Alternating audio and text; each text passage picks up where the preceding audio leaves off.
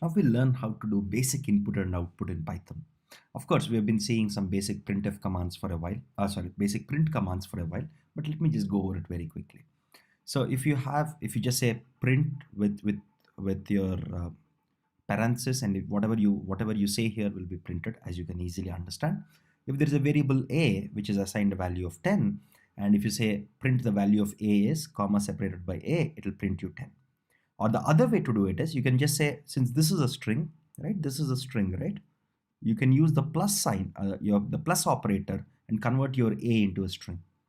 This converts your a into a string, and then you can concatenate this string with this new string, or you can join these two strings. Concatenation is nothing but simply joining one string after the other string, right? Even this works. Actually, in earlier versions of Python, so what we're using right now is Python 3. So what used to do is, if I just said print a without any parentheses, it used to work. It used to work very well in previous versions of Python, like Python 2.6 and 2.7. It no more works. So if you type something like this and if it's not working, probably you should just go to the top right of your IPython notebook and check out what you're running. So we are using Python 3 here, as it's clearly explicitly mentioned here. If you're using some other version of Python, like 2.6 or something, then a command like this might just simply work. But from Python 3 onwards, you need to place your small brackets or parentheses around your print statement. So that's one major difference between Python 2 and Python 3. And since people like me who have been used to Python for a long time, keep doing these simple mistakes, because we're used to a syntax like this. Having said that, now let's see how to format our output, right? Because this is very important. This is like your printf, right? In printf, what do? We can say what we want, and we can just give the parameters that we want to print here. So what is the equivalent of printf, right? So let's assume I have two variables, a equals to 10 and b equals to 20. Remember, this is a one-line assignment. We just saw assignments a while ago, right? So I'm assigning 10 to a and 20 to b, and in a single line I'm doing two statements, right? So having assigned these two values, now let's assume I want to print the value of a is with some value here, the value of b is this. So if I just put curly braces here, and I can say, so this is a string, right? This is a string, and string has a function called format. Dot format. I could just say, by doing this, what happens is my a goes here and my b goes here, right? So what you get is the value of a is 10, the value of and b is 20, as you would expect. So format is the important function here that we use for formatting output. Seems so natural, right? The next thing is, let's do it slightly differently. If I want to say the value of b is, so here if you notice, as compared to here I've just left my curly braces empty. Here I'm giving values here. Here I'm giving a value of 1, I'm giving a value of 0. So whatever is inside your format, the parameters of your format, this has an index of 0 and this has an index of 1.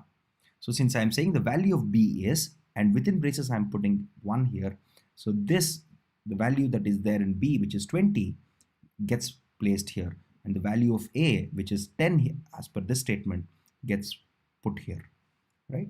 So it's not necessary that I always need to have my variables that I pass to this function, right, in the same order. I can just give it indexes. The third very interesting way, which is fun to use, is something like this. Let me just show you. Okay, so here I'm saying print hello, and in my curly braces, I'm not giving an index like this. I'm not giving 0 or 1. I'm actually putting a name. So I'm putting a variable name called name here, and again, this is another parameter. So in my format string, I can actually give things like this. I can say name equals to Satish. So then what happens is Satish gets placed here, and my greeting equals to good morning, and this gets placed here, right? You can think of them as key values, right? If I mean, bluntly thinking of it. So this is the key that I'm using, and Satish is the value, and the value gets placed at the key, right? So this is a very nice and very useful form of formatting strings, which is fairly unique to Python. I think there are very few languages which let you do this. Now, the other thing here is we can combine various types of arguments. So this is again another fun part. So if I say the story of, within braces I put 0. What does 0 mean here? 0 means bill. because that's the first parameter, right? Comma, curly braces 1. What is the first parameter here? It is Manfred, right? And I'm giving a string here. I'm giving a keyword argument, right? So other here equals to Greg. So Greg will be put here. Right? So I can mix and match these various options that I have here while formatting my output. Now let's look at input. Okay, we have understood how to format our output. We've understood about simple print command. Here is a fun part. I think I'll have to run this. So let me quickly run this. And what you get here is a box. It says enter a number. Suppose if I say 1, 2, 3, 4 and enter, okay, voila, it just prints my number. So that's what the code is, right? So the input function in Python gives you the text box that we just saw, where you can enter some value and we can assign that value that we entered to a variable called num, or to any variable basically. In this case, we've assigned it to num. Right? This is the basics of a very basic input output in Python.